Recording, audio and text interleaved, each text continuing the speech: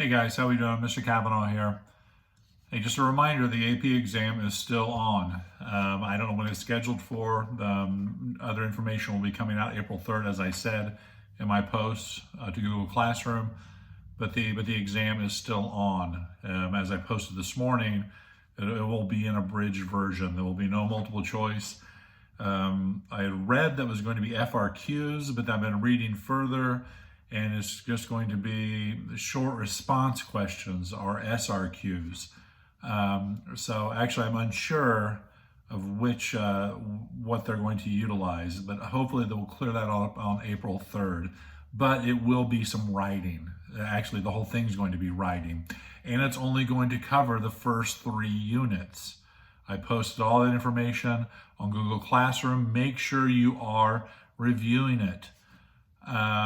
So the first 3 units that's what's going to be covered. The first unit, the founding documents, going back to the Articles of Confederation, Declaration of Independence, Constitution, the amendments. That's why you need to be looking at those infographics, hoping they're up to date. Some of you are still a little slim. Those are for review purposes. Go back and review all this information. This is actually a unique situation regarding the AP exam. Originally, I wanted them just to scrap it, not to do it. But since it's going to be so condensed and streamlined and not as much information, this is a very good opportunity. If you look over the information covering the first 3 units, then this is a good opportunity for you to score well and really get a 3 or above on the AP exam. So don't look at it as though, oh, this is doom and gloom and terrible. This is actually, there's a plus side to this. There's a unique opportunity to score well on this, utilizing the information that we've talked about and we'll talk about further. Units 1, 2, and 3. As I said, Unit 1 going back with the original documents, and Unit 2 looking over the branches of government, so legislative branch, executive branch, judicial branch, and then Unit 3 looking over at civil liberties and civil rights. Go back and look over that letter from Martin Luther King, a letter from Birmingham jail. That will be included, civil liberties, civil rights. Know about that and be able to write about it for your answers for the AP exam. So the exam is still on, for information to come, but keep reviewing the information that I'm feeding you. I'm not giving you a lot of assignments to turn in. Actually, I don't think I've given you really any recently to turn in, not even an attendance question. I'm really not doing that for you guys. You're advanced students. I'm really, you should be doing what you're supposed to be doing. I don't have to check up on you, or I shouldn't have to check up on you. You know what to do. You know what's coming. You have the information and more information coming. How you utilize that information, it's up to you. You're an advanced student. Make it happen. Prep for the exam. So on that note, let's go back over some other stuff regarding Congress. If you recall, last time Congress, we looked at some of the basic building blocks of Congress, who's in the House, who's in the Senate, how the Senate's made up, how the House is made up. We looked at gerrymandering, which I would know that, gerrymandering in safe districts and how that works. The constitutional requirements to be in the House and the Senate. So go back and review all that information. Today, quickly, I want to look over kind of the organization or structure of Congress, the leadership positions of Congress, who's in Congress, who the leadership, who they are. So Congress convenes, it's a 2-year term. The entire Congress, House and Senate, 2 years. They convene on January 3rd every odd-numbered year. The following year of the general election in November. So Congress convenes January 3rd every odd-numbered year following the general election in November. So we have an election coming up in November. The general election, presidential election, many other offices on the ballot. And then in the new year, in January 3rd, a new Congress will convene. And the new members will be sworn in, old members will be sworn in, and the congressional leadership, if it need to be adjusted, will be selected. Let's look at congressional leadership quickly. These are the positions that make up the leadership in Congress. When you watch the news and they refer to congressional leadership, like the president is conferring with congressional leadership. Right now, President Trump has been conferring with congressional leadership regarding this aid package for Americans during the situation we find ourselves in. So when they talk about congressional leadership, these are the individuals that they are talking about. So let's begin in the House. The leader of the House is the Speaker of the House, which right now is Nancy Pelosi from California.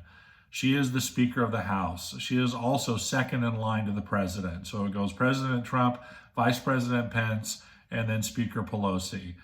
God forbid, if something happened to the president and vice president today, Nancy Pelosi would be sworn in as the president of the United States.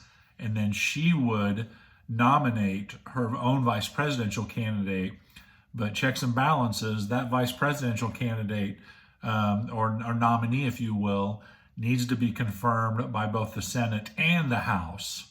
That is actually, side note, that's the only time the House is involved in an advise and consent proceeding, is if there is a new vice president. All other advise and consent proceedings are in the Senate. So if I'm the president and I want to nominate one of you for Secretary of State, you only go through the Senate. Or I want to nominate you for an open Supreme Court position, it only goes to the Senate. The only time the House is involved in an advise and consent proceeding if it's for a new vice president. So the key position in the House is the Speaker, Nancy Pelosi. She is picked by her caucus. Caucus, remember that term, caucus. You will hear it a lot. Some people now today, they refer to it as conference. The caucus is, you have in the House, you have the Democratic caucus and you have the Republican caucus, or conferences, if you will. Since there is a majority of Democrats in the House right now, they have selected Nancy Pelosi as the Speaker of the House. She runs the House of Representatives. She is selected by her caucus, which right now are the Democrats are the caucus in power. If the next election, if the Republicans take back the House, then Pelosi will be out as Speaker, and then they will select a new Speaker. And since then, if the Republicans control the House, well, they're going to select one of their fellow Republicans. So the Speaker is a representative. Nancy Pelosi, she is a representative from the district in San Francisco, California. So she is a representative. If she stops being Speaker, she's still a representative in the House. So Nancy Pelosi is the Speaker of the House. Then the next in line, you have what's called the Majority Leader. The Majority Leader. Since the Democrats, they are the majority party in the House, their leader is a gentleman by the name of Steny Hoyer. He's from Maryland. You're probably not going to need to know these names, but that's who they are. Yes, I said Steny, S-T-E-N-Y. Steny Hoyer from Maryland. He's the majority leader in the House. That means all the Democrats in the House, they have selected him to be their majority leader. He represents the Dems in the House. The minority leader, Republicans are in the minority party in the House right now. Their leader is a guy by the name of Kevin McCarthy from California. He is the minority leader in the House. He leads all the Republicans in the House. So these three individuals are the leadership of the House. Speaker of the House, Nancy Pelosi, Majority Leader, Steny Hoyer, and Minority Leader, Kevin McCarthy. So on Organization Day, when a new session of Congress convenes, Speaker Pelosi, she'll take her oath from the clerk of the House. Then the Speaker then will swear in all 434 members of the House. They will stand on the House floor, raise their right hand, and Speaker Pelosi will administer the oath of office to the House of Representatives. Those are the three key leaders in the House of Representatives. Speaker, Majority Leader, Minority Leader. There's also another position that I want you to be familiar with. It's called the Whip, W-H-I-P, the Whip. There's a Majority Whip and a Minority Whip. They are leadership positions as well. Their job, the job of the Whip, I don't know if any of you ever watched House of Cards, a pretty good show, but the main character in the show started out as the Majority Whip in the House. And the job of the Whip is to keep track of votes. That's what the whip does. So if you have a bill coming up for a vote in the House, it's the job of the whip to keep tabs on how each member of their caucus, be it Democratic caucus or Republican caucus, how they're going to vote on a bill. So a whip, you have the majority whip or the minority whip. Their job is to keep track of the votes. They say they whip up the votes. That's why they're called the whip. That's in the House. Again, a caucus is a group of individuals who all share the same political beliefs. The two main caucuses in the House, as well as the Senate, are going to be the Democratic caucus and the Republican caucus. There are other caucuses as well. You have the Latino caucus. You have the historically powerful Black caucus, made up of African Americans. You have in the House called the Freedom Caucus. So there are different caucuses as well that many members are members of. So they're individuals who share the same political beliefs. So you can Google these and you can see a whole list. Caucuses play a major influence also. If you get certain bills coming up for a vote and individuals can get members of their caucus, and I'm not talking Democrat or Republican, I'm talking about the lower level caucuses. If they can get their members on the board, they can wield influence when bills are coming up for a vote. They can stop bills as well. So these caucuses, these groups of individuals who share the same political beliefs, they wield immense power. Caucuses, which should be one of your terms. So, House, leadership in the House. You have the Speaker, Majority Leader, Minority Leader, and the Whip. That's the House of Representatives. Let's go down the hall to the Senate and look at the leadership of the Senate. So let's go down to the Senate. Remember, there are 100 senators, 2 per state. Who are Indiana senators? A little louder, I couldn't hear you. Correct. Todd Young, Mike Braun are Indiana's 2 senators. Let's look at the leadership of the Senate. First and foremost, you have the President of the Senate. The President of the Senate. I will submit these notes that I'm looking at. I'll go ahead and put them on line for you to look at. You can use the video as you go along and look at these notes. The President of the Senate. The President of the Senate is always the Vice President. Mike Pence is the President of the Senate. The Vice President has 2 official constitutional duties. One is to act as President. No, check. His first duty is to take over for the President if the President becomes incapacitated some way, shape, or form. So that's his first duty as Vice President, to take over and act as President. His second duty is as President of the Senate. But as President of the Senate, he can only really do one thing. I mean, he can swear members in, yes, but he casts a tie-breaking vote if need be. You know, there's only 100 senators. The Senate is pretty equally divided. If a vote comes up and that vote is 50-50, Democrats and Republicans, then Mike Pence will cast the tie-breaking vote. That's what he does as President of the Senate. He really wields no power as President of the Senate. I know the title sounds amazing, but he doesn't get to do a lot as President of the Senate. Then there's another position you should be familiar with. When the President of the Senate is not there at the Senate, he has a senator representing him on the Senate floor at the Senate. This position is called the President Pro Tem. President Pro Tem.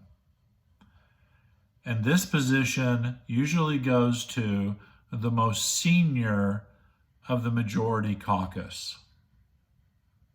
President Pro Tem. So right now in the Senate, the Republicans are the majority party in the Senate. Remember, we're in the Senate. We left the House. The Republicans are the majority party in the Senate. So the President Pro Tem which represents the vice president or president of the Senate when he's not there, falls to the most senior member of the Republican caucus. Right now, that individual, his name is Charles Grassley from Iowa. Chuck Grassley is the president pro tem of the Senate. So you have the president of the Senate, then you have the president pro tem of the Senate. The president pro tem does not wield really any power at all. It's just a representative for the president of the Senate when he's not there. However, the president pro tem is in the order of succession for the presidency. It goes the president, vice president, speaker of the House, then president pro tem of the Senate.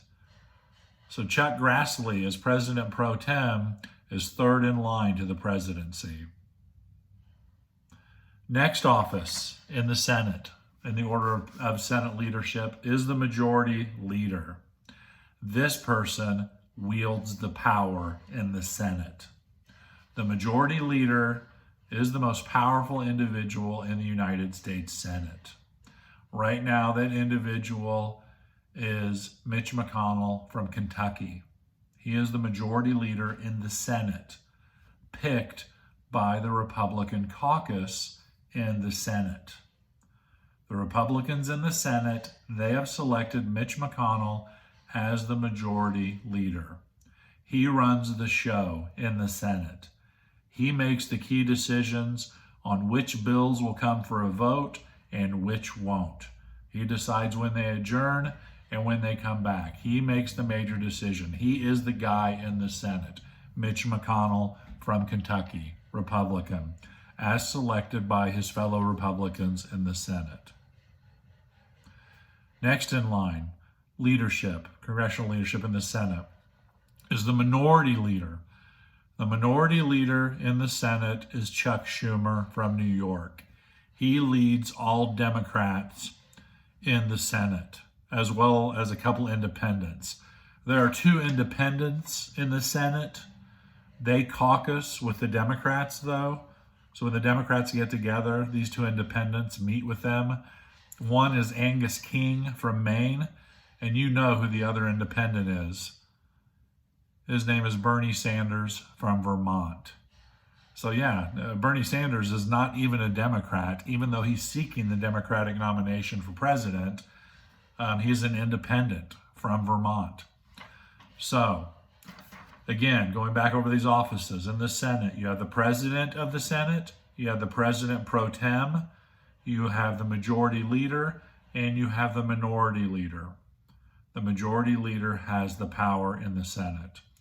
You also, just like the House, you have whips in the Senate. You have the majority whip and you have the minority whip in the Senate.